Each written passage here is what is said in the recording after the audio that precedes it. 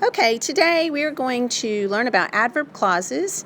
Would you please write your name at the top of the worksheet?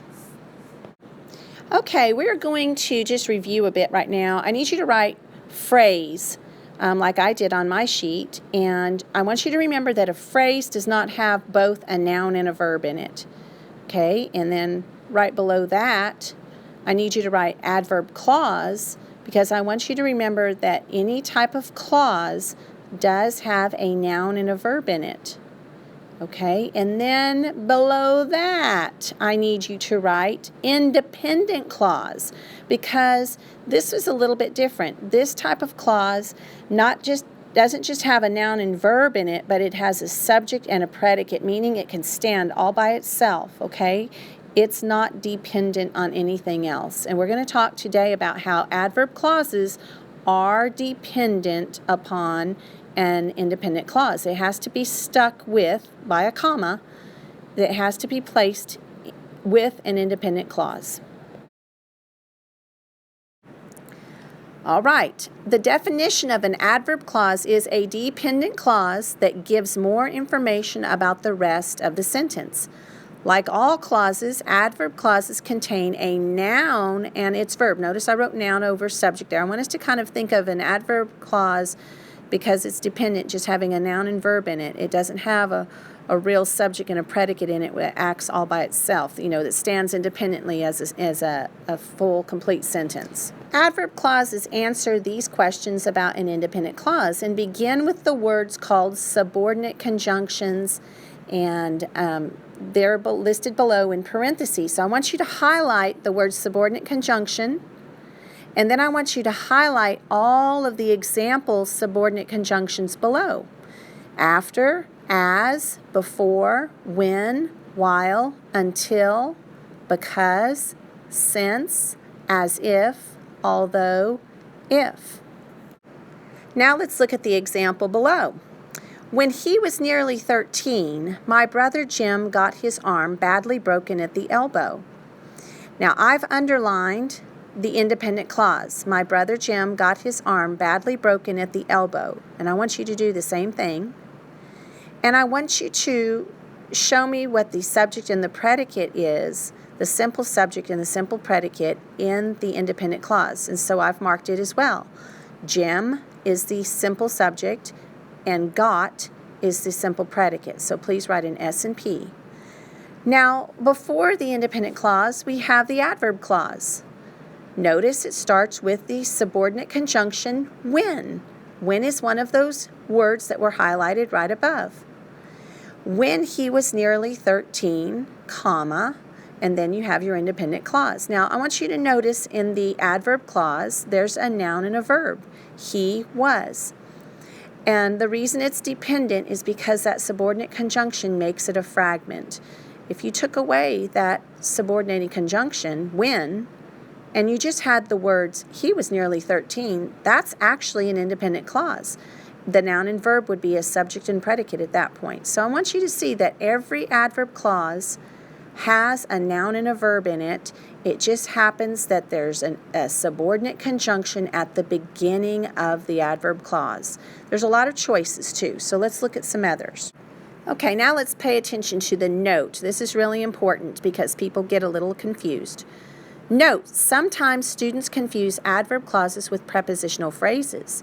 Both can begin with the same words. Some subordinate conjunctions are also prepositions. That's why it's a little confusing. Here's how to tell the difference. If the first word is removed, if that subordinate conjunction is removed, and what remains is a complete sentence, it has a subject and a predicate in it, it is an adverb clause.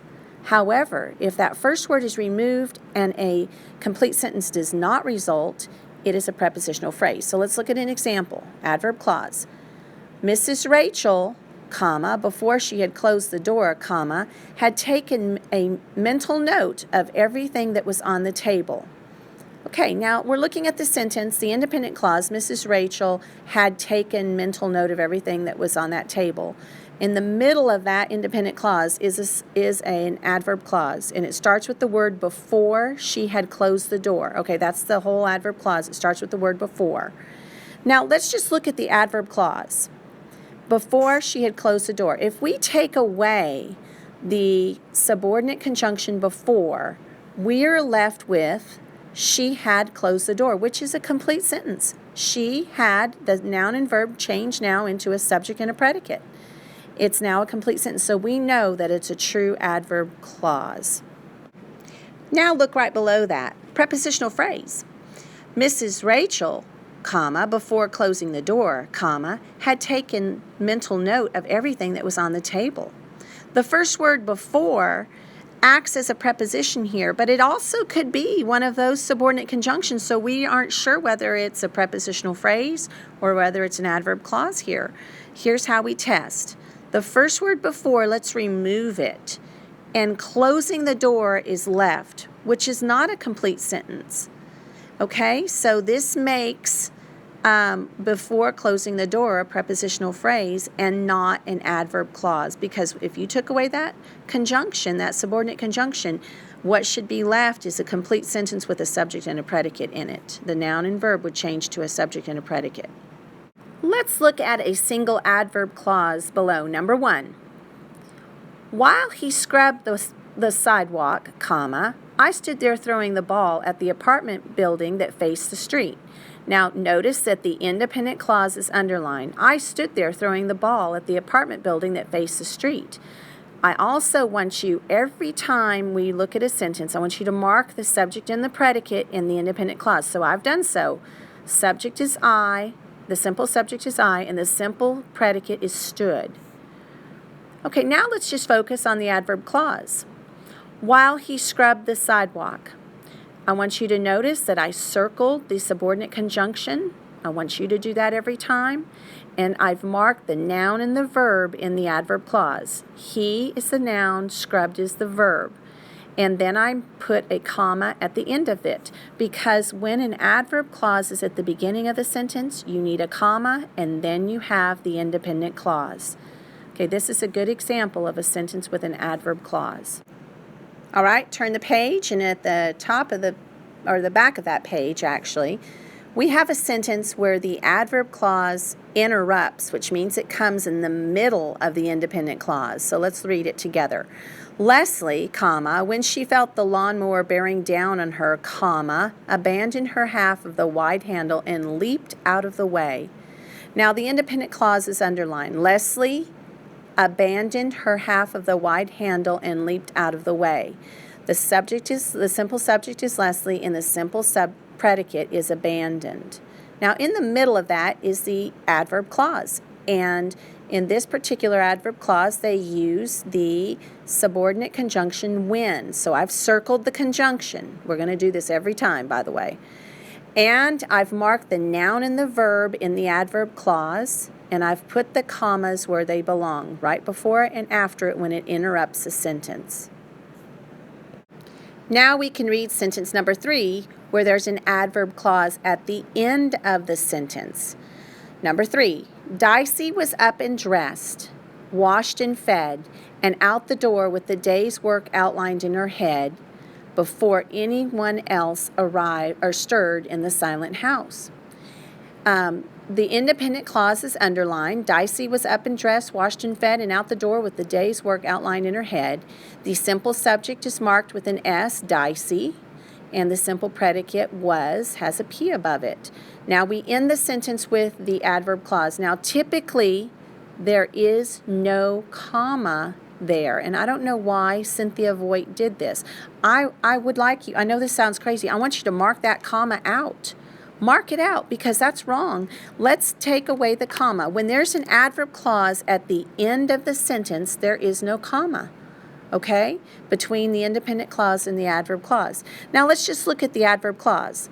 Before anyone else stirred in the silent house. It starts with a subordinate conjunction before. It has a noun and a verb. Anyone else stirred. Okay, so the noun, anyone, the verb stirred. It makes it a complete adverb clause. The next example is a multiple adverb clause example, number 4. With a gentle forefinger, he stroked the turtle's throat and chest until the horny toad relaxed. until its eyes closed and it lay languorous and asleep. Now the independent clause is underlined. With a gentle forefinger, he stroked the turtle's throat and chest is underlined. The simple subject is he. The simple predicate is poked. Go ahead and mark those. But I want you to notice that the adverb clauses at the end of the sentence, there's two of them. They both start with an until. They don't have to. This writer just chose to use the same subordinate clause or conjunction in each of these. Until the horny toad relaxed. That's the first adverb clause. It starts with the subordinate conjunction until. It has a noun, horny toad, and it has a verb, relaxed. Then it has a comma, and then the next adverb clause, until its eyes closed and it lay languorous and asleep. This particular adverb clause is a little bit more complicated. It starts with this subordinate conjunction until, but it has compound, kind of a compound type of noun verb in there. Eyes closed and it lay. So you can see that it would have been a compound sentence if it was an independent clause, but because we added the subordinate conjunction at the beginning, it makes it a fragment. All right, now I need you just to go ahead and mark out number 5 and 6. I looked at those and they're so convoluted. I don't think it would help us much to go over these. So please just mark out number 5 and 6. We're going to skip those. Now we're going to expand some sentences, and they have, this particular part has a lot of instructions, so you need to mark these instructions as I read them right now. Below are sentences with the adverb clauses omitted at the backslash. For each backslash, you are going to add an adverb clause, and you're going to blend your comment and style with the rest of the sentence, so it makes sense. Okay, I put a star next to the next bit of instruction. Write out the whole sentence. Okay? You can't just write out the part you're adding. You have to write the entire sentence out. I want you to do like we've been doing. I want you to circle the subordinate conjunction that you choose to use. Now, if you can't remember those, look at the front page. They are the words you highlighted at the top of the page. They're right up there, a bunch of really good examples. I also want you to mark the noun and the verb in the adverb clause. I also want you to underline the independent clause and mark the simple subject with an S and the simple predicate with a P in that independent clause. I also want you to circle any needed commas that you have to add. You have to add them. I'm not going to give them to you in the example or in the stem sentence, okay? All right. Now I want you to do the first example with me. I'm going to talk about it, and I want you to write down my example sentence, and I want you to mark my example sentence just like I'm marking it on the page. Okay, here's the stem. Backslash, the frog jumped through the grass at a rapid pace. Now, at the backslash, I want you to add an adverb clause. So I've done that. I've chosen to use the subordinate conjunction because to begin my adverb clause. Now, here is my adverb clause. Because a predator was on his tail, comma, then I've added the independent clause part that's right above. The frog jumped through the grass at a rapid pace. Now, I want you to notice I marked the noun and the verb in the adverb clause. I circled the comma that I had to add. And I underlined the independent clause and marked the subject and the predicate in the independent clause. You need to do all of those things or you get points off for each part you don't follow, that you actually don't add that I've asked you to do. Now let's do the next example. Baseball, backslash, is an exciting sport to watch on summer days. I see that I have to add 2 adverb clauses in the middle of this independent clause sentence. Okay, so the independent clause is baseball is an exciting sport to watch on the summer days. Now I'm adding 2 adverb clauses in the middle there. Let's look at my example. Baseball, comma, now here's my first adverb clause. Since it has base stealing, and then comma, and then here is my second adverb clause. Since it has home runs, comma, then I have the rest of my independent clause, the predicate part, is an exciting sport to watch on summer days. Now, I want you to notice, I chose to use the same subordinate conjunction. Since it has become it has base stealing, and then in the next one, since it has home runs. You don't have to, but I chose to use the same subordinate conjunction in this sentence in these two adverb clauses that interrupt the independent clause. Notice I marked the subject and the simple subject and the simple predicate in the independent clause with an S and a P. Notice that I circled my commas at the beginning and the end of my adverb clause, and I circled the subordinate conjunctions in both of these adverb clauses, and I marked the noun and the verb in both of the adverb clauses. I really want to stress that I want you to do that in every one of your sentences because I want you to show me you know all the parts, okay? And you will get points off if you don't mark all of those. Okay, now turn to the back page, and this is where you are going to add adverb clauses to sentences 1 through 6. And you're going to add as many adverb clauses as there are backslashes in each sentence. I want you to remember you have to write out the full sentence. I want you to do all the marking, okay? So if you need help, come and see your teacher so you can get guidance, all right? But this assignment is due tomorrow. So let's get started right now and finish it up so you can have very little homework or just a bit of homework and finish it up tonight. Thanks. Bye-bye.